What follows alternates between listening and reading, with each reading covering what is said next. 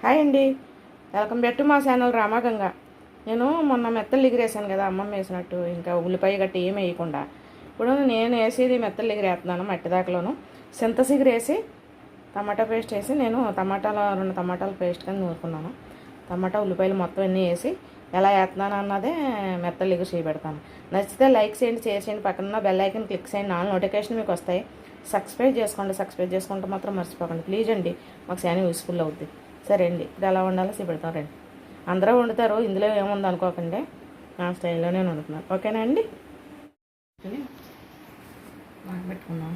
ప్రతి వీడియోలోనే చెప్తున్నాను, మేము కూరలకు వాడేది నువ్వుల నూనె అండి. వేడెక్కాక ఇప్పుడు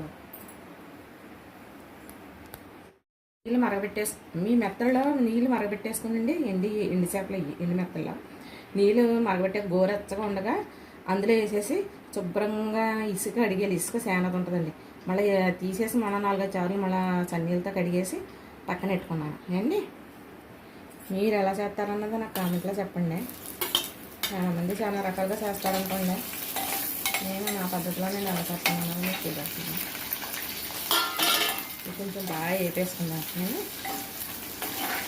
నేను ఆయిల్లో వేసుకుంటేనే టేస్ట్ బాగుంటుందండి.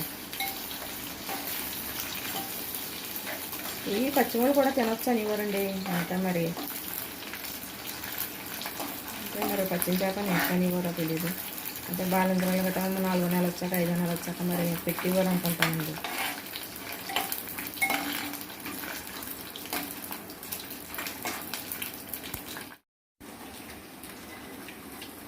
వెనక పళ్ళలో తీసుకున్నాను.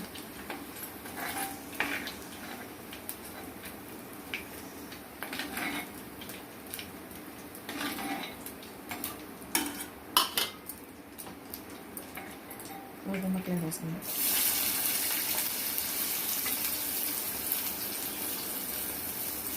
ఇది వేగాక కొంచెం అప్పుడు టమాటా పేస్ట్ వేద్దాం. ఉల్లిపాయలు కొంచెం దోరగా వేగినాయండి. టమాటా పేస్ట్ వేసేద్దాం.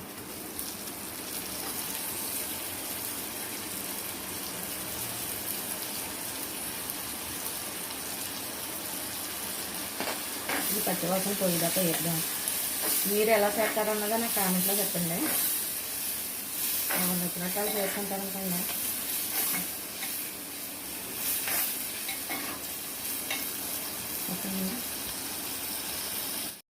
టమాటా పేస్ట్ వేయిపోయిందండి.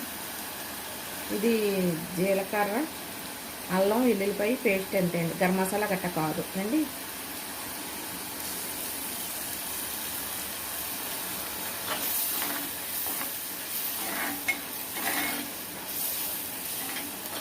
నాన్ వెజ్ కూరలో కొంచెం ఇలాగే వేసేవారండి.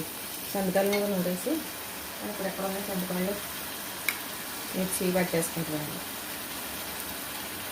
పసుపు ఇందులో వేస్తానండి. కొంచెం కారం ఈ రుచి తగ్గట్టు.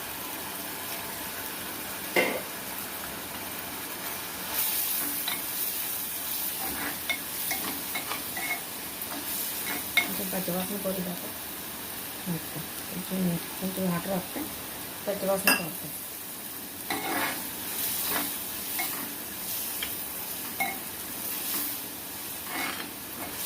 ఎండు చేపల్లో చాలా రకాలు ఉన్నాయండి.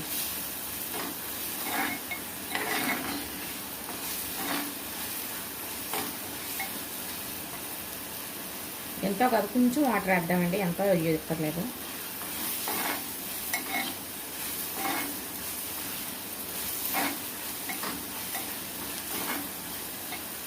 మీకు గ్రేవీకి రావాలనుకుంటే కొంచెం ఉల్లిపాయ ముక్కలు టమాటా పేస్ట్ వేసుకుంటే గ్రేవీ బాగా వస్తుంది అండి. కొంచెం వాటర్ వస్తాయి, ఎంతో కాదు.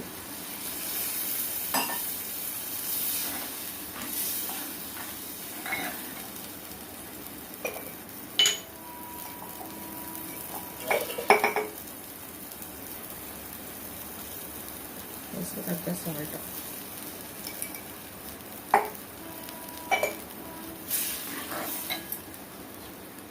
ఇప్పుడు వేసేద్దాం మెత్తలు అండి. వేపు ఇది ఒక ఉడికినప్పుడు చింతసిగురు వేస్తాను, మిక్సీ పెడతానండి. ఓకే, చూద్దామండి. ఉడికిపోతుంది. ఇప్పుడు చింతచిగురు వేసేద్దాం. ఓకేనండి. ఇది మొన్న సండేలోని తెచ్చింది, పప్పుచారు పెట్టాను. చింతచిగురు పప్పుచారు బాక్స్లో పెట్టినా కూడా ఒక నల్లబడిని చూడండి. శుభ్రంగా ఇలా కడిగేసుకొని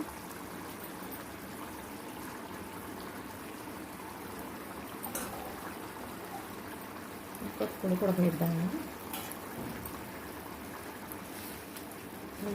అంతా కాదు, ఉడికియాక మిక్సీ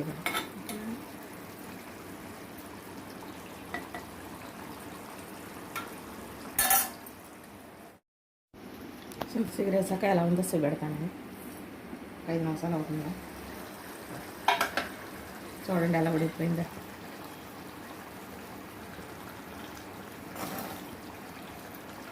కట్టేసుకున్నాం స్టవ్ అయింది.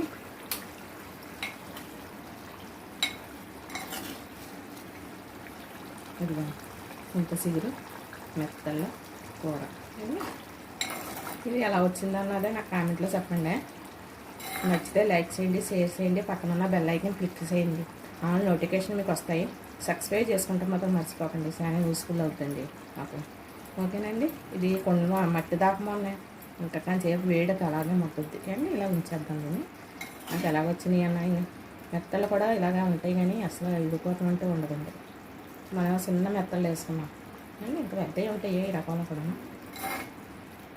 ఎలా వచ్చిందన్నది కామెంట్లో చెప్పండి. ఓకేనండి. సరే అండి. బాయ్ అండి. మరో మంచి వీడియోతో మళ్ళీ కలుద్దాం. బాయ్ అండి.